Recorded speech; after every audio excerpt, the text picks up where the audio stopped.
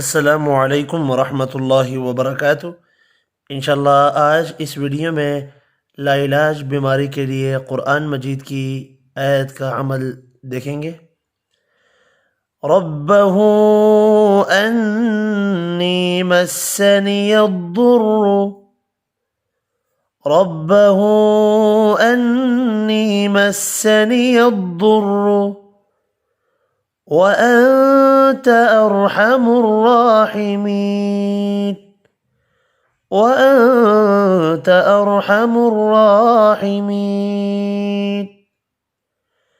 جو شخص کسی ایسی بیماری میں مبتلا ہو جو سمجھ میں آنے والی ہو یا لا علاج ہو تو بذات خود اس آیت کا کثرت سے ورد کرے۔